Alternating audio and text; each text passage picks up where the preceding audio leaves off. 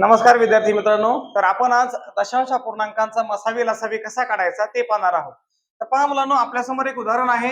0.05, 1.5 आणि 2.5 यांचा मसावी आणि लसावी आपल्याला काय करायचं आहे, शोधायचं आहे. तर मुलांनो, सर्वात अगोदर काय करायचंय, ह्या जे दिलेल्या संख्या आहेत त्याच्यामध्ये सर्वात जास्त दशांश चिन्ह किती घरावर आहे ते आपल्याला पाहिजे. तर पहिल्या संख्यामध्ये 2 घरावर दशांश चिन्ह आहे, दुसऱ्या संख्येमध्ये एका घरावर आहे आणि तिसऱ्या संख्येमध्ये एका घरावर दशांश चिन्ह आहे. तर तिन्ही संख्यामध्ये मिळून 2 घरावर दशांश चिन्ह जास्त आहे. म्हणून काय करायचं मुलांनो, सुरुवातीला सगळ्या संख्यानंतर दशांश चिन्ह हे आपल्याला सारखं करायचंय. म्हणजे काय, सगळ्या संख्यामध्ये इथे दशांश चिन्हानंतर 2 घर आहेत, तर इथे सुद्धा दशांश चिन्हानंतर 2 घर आपल्याला आले पाहिजे. आपल्याकडे इथे एकच घर आहे मुलांनो, तर दुसरं घर कशाचं, शून्याचं मांडायचंय. ओके. त्यानंतर इथे पण मग काय होईल, 2.5 आणि त्याच्यावर एक शून्य आपल्याला काय करावं लागेल, द्यावं लागेल. आता पहा, इथे दशांश चिन्हानंतर 2 घर आहेत, इथे पण 2 घर आहेत आणि इथे पण 2 घर आहेत. त्यानंतर काय करायचं मुलांनो, दशांश चिन्ह सोडून द्या आणि तुम्हाला ज्या संख्या दिसतात त्या जशा तशा लिहून घ्या. तर मुलांनो, मला पहिलं दिसतं इथं 5, त्यानंतर इथं आहे 150 आणि इकडे आहे 250. म्हणजे काय करायचं, दशांश चिन्ह सोडून द्यायचंय आणि ज्या संख्या दिसतात त्या आपल्याला जशाच्या तशा लिहून घ्यायच्यात. तर मुलांनो, आपली जी अवयव पद्धती आहे त्याने आपल्याला काय करायचं, आता यांचा मसावी आणि लसावी या 3 संख्यांचा शोधायचा आहे. तर पहा मुलांनो, मग तिन्ही संख्याला भाग जाणारी या ठिकाणी 5 ही संख्या आपल्याला दिसते. तर काय करूया आपण, सुरुवातीला 5 ने भाग देऊया. 5 एक 5, 5 त्रिक 15, इथं वरचा एक शून्य, त्यानंतर 5 5 25 आणि वरचा एक शून्य. ठीक आहे. तर मुलांनो पहा, आता काय झालंय, 5 या संख्येने तिघाला पण भाग गेलेला आहे आणि याच्यानंतर आता फक्त 30 आणि 50 अशा 2 संख्या आपल्याकडे उरल्यात.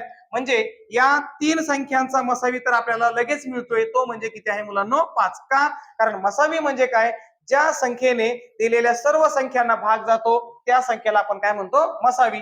म्हणजेच सामायिक अवयवांचा गुणाकार असेल तर आपण त्याला मसावी म्हणतो. तर मुलांनो, ह्या 5 ने ह्या तिघाला पण भाग गेलेला आहे, म्हणून आपला मसावी किती आलाय, 3. याच्यानंतर जर लसावी काढायचा असेल मुलांनो, तर लसावीमध्ये काय करावं लागतं, कमीत कमी 2 संख्यांना जरी भाग जात असेल तरी आपल्याला त्यांना भाग द्यायचा असतो. तर मुलांनो, 30 आणि 50 या संख्या 10च्या पाड्यामध्ये आहेत, म्हणून आपण त्याला 10 ने भाग देऊ. 10 त्रिक 30, 10 पाचे 50. याच्यानंतर 3 आणि 5 हे 2 असामायिक अवयव आहेत, यांना कुणीही भाग जाणार नाही. म्हणून काय करायचं, हे असामायिक अवयव जसेच्या तसे ठेवायचे.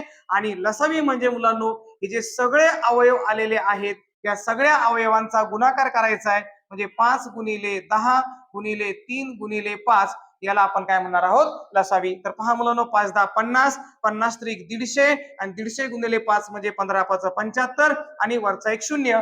म्हणजे ह्या ज्या संख्या आपल्या आल्या होत्या 5, 150 आणि 250, यांचा मसावी 5 आणि लसावी किती आहे, 750 आहे.